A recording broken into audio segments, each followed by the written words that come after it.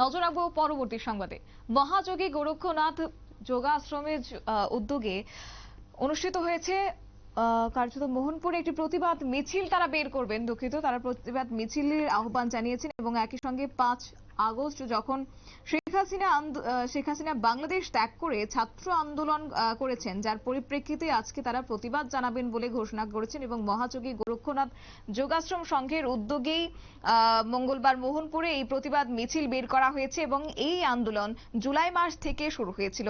এই আন্দোলনে বাংলাদেশের হিন্দুদের কোনো অংশগ্রহণ ছিল না, কিন্তু তারপরও বাংলাদেশ মৌলবাদীদের দ্বারা সনাতনী হিন্দুদের উপর অকথ্য যে অত্যাচার করা হয়েছে তারই পরিপ্রেক্ষিতে আজ তারা প্রতিবাদ জানিয়েছেন এবং এই প্রতিবাদ মিছিলটি মহাযোগী গোরক্ষনাথ যোগাশ্রম সংঘ মোহনপুর শাখার কর্মকর্তাদের অংশগ্রহণে বের করা হয়েছে। বক্তব্য কি রয়েছে শুনুন। বিশ্ব সম্প্রদায় জানে যে ৫ আগস্ট যখন শেখ হাসিনা দেশ ত্যাগ করেন, এর আগে জুলাই মাসে একটা ছাত্র আন্দোলন হয়। এই ছাত্র আন্দোলনের আগে পিছে কোথাও হিন্দু ভাই বোনরা জড়িত ছিল না। এই ছাত্র আন্দোলনের সাথে হিন্দুদের কোনো সংশ্লিষ্টতা ছিল না।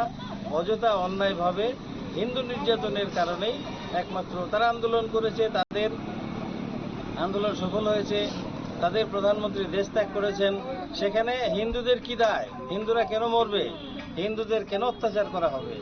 এই প্রশ্নটা আমাদের প্রত্যেকটা সনাতনী ভাই বোনদের মাথায় খুব আমাদের মনে খুব আঘাত এবং আমরা প্রচণ্ডভাবে মর্মাহত তাদের জন্য আমরা খুব ব্যথিত এবং আমরা চাই যে অবিলম্বে সেই অত্যাচার এবং নির্যাতন বন্ধ হোক।